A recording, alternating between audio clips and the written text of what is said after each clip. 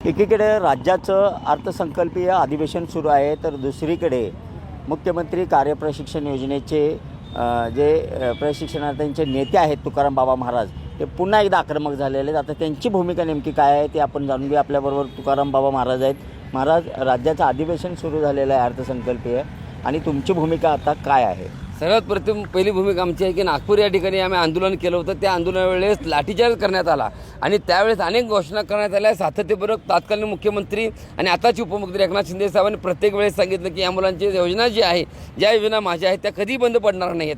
लाडका भाऊ योजना ही चालू राहणार, लाडकी बहीण योजना चालू असणार आहे. पण जे मुलं 6,000, 9,000 आणि 10,000वर काम करतात त्या मुलांना हक्काच्या भाकरीसाठी लाठीचार्ज खावं लागला, रस्त्यावरती झोपावं लागलं. अशी परिस्थिती असताना देखील आम्ही पुन्हा जिद्द सोडत नाही आहे. पुन्हा तितक्याच ताकदीनं, तितक्याच जोरानं पुन्हा एकदा महाराष्ट्रातील 1,34,000 विद्यार्थी आणि प्रत्येक जिल्ह्यातील पदाधिकारी हे सर्व सोबत घेऊन पुन्हा एकदा आझाद मैदानावरती सरकारचं लक्ष वेधण्यासाठी, जोरपर्यंत आमच्या हक्काची भाकर मिळत नाही तोपर्यंत मान्य बालाजी पाटील चाकूरकर असतील, अनुप चव्हाण सर असतील, हरिभाऊ राठोड साहेब असतील, त्याचबरोबर साबळे साहेब असतील, या सगळे नेतृत्व जे बाकीची मंडळी त्या ठिकाणी उपस्थित राहून हे आंदोलन छेडणार आहेत. आणि जोरपर्यंत निर्णय लागत नाही तोपर्यंत माघार घेणार नाही. हा मी एक कडक भूमिकेवर ठाम आहे.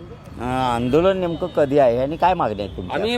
आमची मागणी एकच आहे की ज्या पद्धतीनं निवडणुकीपूर्वी जे तुम्ही आश्वासन दिले होते त्या आश्वासनाच्या अनुषंगानं तुम्ही सातत्यपूर्वक सांगितलं गेलं की तुमची लाडका भाऊ योजना जी आहे ती बंद पडणार नाही, लाडकी बहीण योजना बंद पडणार नाही.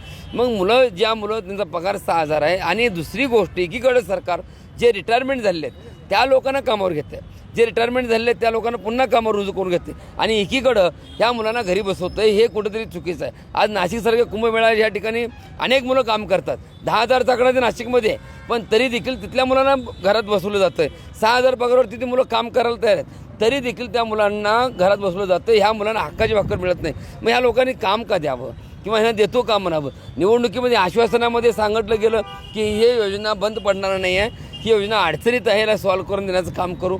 एकीकडे मंगलप्रभात लोढा साहेब सांगतात की 10% आरक्षण देऊ आणि 6 लाख रुपये देऊ. ह्या 4 महिन्यामध्ये फुटकी कवडी देखील बँक दारासमोर करू देत नाही पोरासांना. 6 लाखाची बातवणी करतं.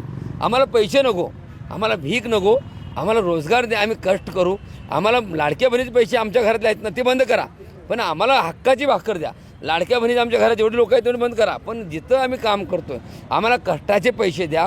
ह्यासाठी आमची भूमिका येणाऱ्या काळामध्ये अधिवेशनाच्या अनुषंगाने मुंबई आझाद मैदानावरती महाराष्ट्रातील 1,34,000 विद्यार्थी, ह्या सगळे विद्यार्थीच्या माध्यमातून त्या ठिकाणी जोरपत्र आमचा निर्णय लागत नाही. तारीख 5-25-2-2026 पासून आम्ही त्या ठिकाणी आंदोलनाला सुरुवात करतो.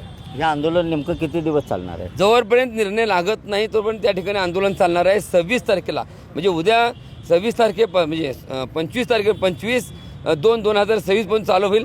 जोपर्यंत हे निर्णय लागत नाही, आमचा ठोस निर्णय होत नाही, आम्हाला JR आमचा निघत नाही, तोपर्यंत माघारी घ्यायची नाही. ह्या भूमिकेवर आम्ही ठाम आहे.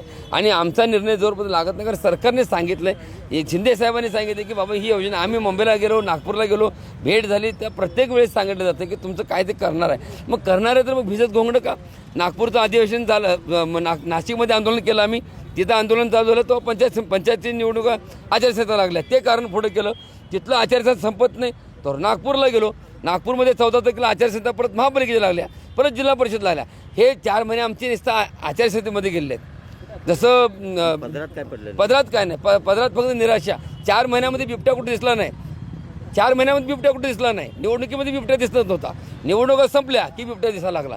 सरकारचं लक्ष वेधण्यासाठी बिबट्या दिसतो. अशी परिस्थिती, जशी बिबट्याची परिस्थिती आहे तशी आमची युवा प्रशासनाची परिस्थिती आहे.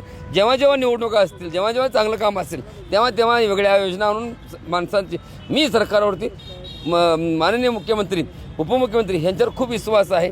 खूप चांगली माणसं आहेत, चांगली योजना त्यांनी आणलेली आहे, फक्त ती कार्यरत करावी. ते छोटासा विषय. एखाद्या शहरातलं मोडकळी चालेल जर भंगार जरी विकलं तर ह्या मुलांचा वर्षाचा पगार निघू शकतो, एवढं मात्र 100%. म्हणजे मुलांना आहे त्या ठिकाणी आहे त्या ठिकाणी आहे त्या पदावरती आहे त्या आस्थापनामध्ये हे मुलं काम करायला तयार आहेत.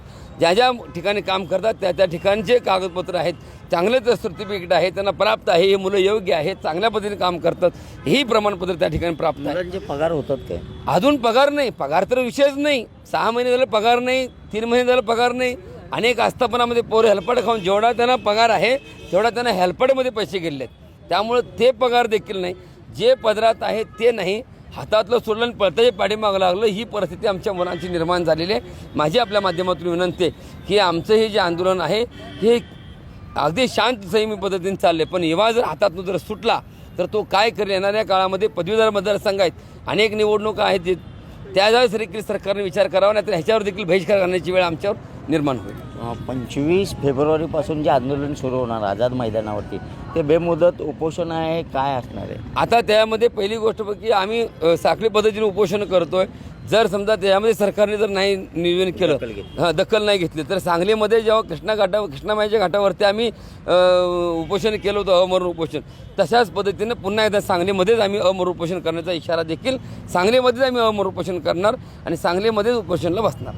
नक्कीच आपण पाहू शकता अर्थसंकल्पीय अधिवेशन सुरू आहे, त्याच काळामध्ये मुंबई आझाद मैदान येथे बेमुदत साखळी उपोषणाला सुरुवात करणार आहेत. जोपर्यंत आमच्या मागण्या मान्य होत नाहीत तोपर्यंत आम्ही हे आंदोलन मागे घेणार नाही. सरकारनं आमची दखल नाही घेतली तर सांगलीमध्ये पुन्हा एकदा तुकाराम बाबा महाराज यांनी एल्गार पुकारलेला आहे आणि आक्रमक झालेले तुकाराम महाराज हे पुन्हा एकदा आमरण उपोषणाचा इशारा राज्य सरकारला देत आहेत. आता राज्याचे मुख्यमंत्री देवेंद्र फडणवीस आणि दोन्ही उपमुख्यमंत्री काय भूमिका घेतात हे पाहणं महत्त्वाचं ठरणार आहे, कारण राज्यातल्या 1,34,000 विद्यार्थी आणि त्यांच्या कुटुंबाचा हा प्रश्न आहे. 6 महिने झालं पगारसुद्धा या मुख्यमंत्री कार्यप्रशिक्षण योजनेअंतर्गत काम करणाऱ्या मुलांना मिळत नाही आहे. त्यामुळे उदरनिर्वाह करणं किंवा कामावर जाणंसुद्धा अतिशय अवघड या विद्यार्थ्यांना होत आहे आणि राज्य सरकारने याकडे कुठंतरी लक्ष दिलं पाहिजे अशी ठाम भूमिका घेऊन तुकाराम बाबा महाराज येणाऱ्या 25 तारखेपासून मुंबईला धडकणार आहेत आणि आझाद मैदानावरती आमरण साखळी उपोषण सुरू करत आहेत. कॅमेरामन सुजितसोबत मी शंकर देवकुळे, TV9 मराठी, सांगली.